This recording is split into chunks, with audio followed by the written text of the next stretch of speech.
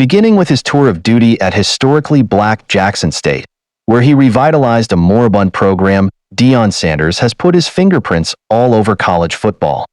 He's done it with smoke, mirrors, and fanfare, exploiting the modern current of college athletics using the transfer portal and name, image, and likeness that has allowed athletes to make their own business deals. Does this approach work?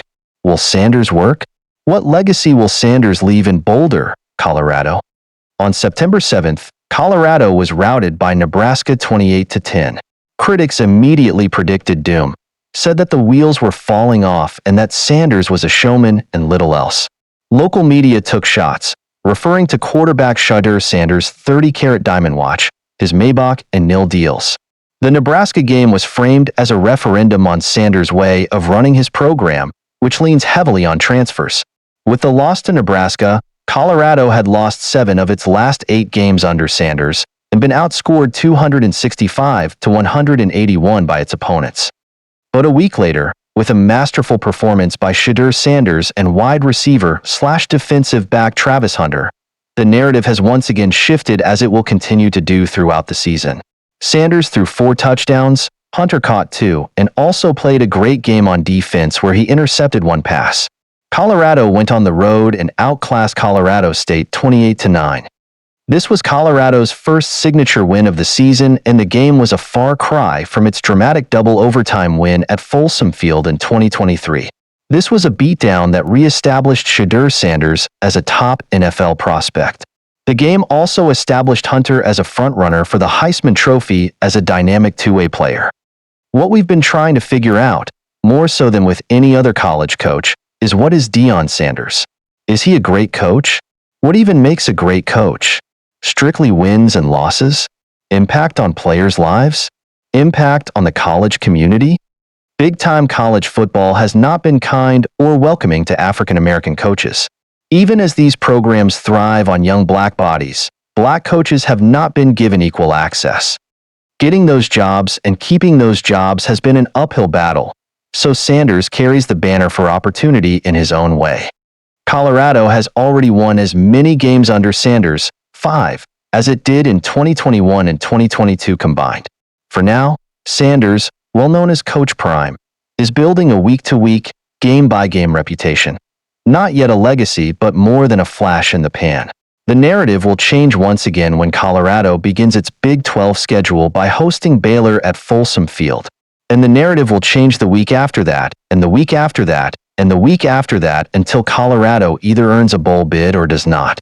And then there will be the postseason anticipation of Sanders announcing whether he will stay at Colorado or accept a job at a place such as Florida State, where he starred as an undergraduate but was passed over when he was looking for a coaching job. Whether Sanders stays or goes has been a subject in all facets of the university, even among the academics. This is because he has had such an impact on all parts of the university. With Hunter and his sons Shedeur and Shiloh leaving after the season, does Sanders want to continue the coaching grind? I hate to say it, but I would say I'm 60-40, that he's not going to come back, said Jared Broush, an assistant teaching professor at Colorado and the director of the Critical Sports Studies program in the Department of Ethnic Studies. Broush describes himself as a cultural historian who examines the political economics of sports and the relationship between culture, money, power, and identity in the United States and globally. What cannot be denied is the short-term impact of Sanders' presence in Boulder. His economic impact has been just absolutely mind-boggling, Broush said. I couldn't imagine that. The first-year estimates anywhere between $300 million and $500 million for the regional economy. Also, donations to these places on campus like the Center for African and African American Studies, but also donations that support scholarships, donations to support advancement, are significant, along with selling out games and people coming to Boulder to be a part of this energy. He also noted the energy and enthusiasm Sanders continues to bring to the school. Broush, a Philadelphia native, said many of his friends in his hometown follow Colorado football because of Sanders' aura. Friends from Philly, who wouldn't be able to point to Boulder on a map, regularly post about him, whether it's hype videos or whether it's his press conferences or what his sons are doing, Broush said. Then there's going from an also-ran to getting regular primetime games and being the first story. Roush has not had much contact with Sanders, but he has had a number of Sanders players in his class. All of the talk about the number of transfers coming into the program may create the impression that the players are not serious about getting an education. Roush said that was not his experience. Especially since I typically teach in the summer, a lot of the transfer students come in through that as well to make up some of the credits, Roush said. From that standpoint, I've always had great luck and great experiences with student athletes. But the student athletes he's brought in have just been really high-quality young men. And I can't say enough good things from the classroom experience as a faculty member. None of that may be enough to keep Sanders in Boulder if the season does not turn out positively, especially given the scrutiny and criticism locally and even debates among faculty. Never in the history of the school has the face of the university been an African-American man who's authentically himself, Roush said. Not only am I here, but I'm here as myself. And I think that authenticity obviously has rubbed some people the wrong way. I just think especially if things don't turn around in terms of winning and losing, and he continues to get more negative criticism, honestly, I wouldn't blame him if he is just kind of like, I'm going to move on and seek other opportunities.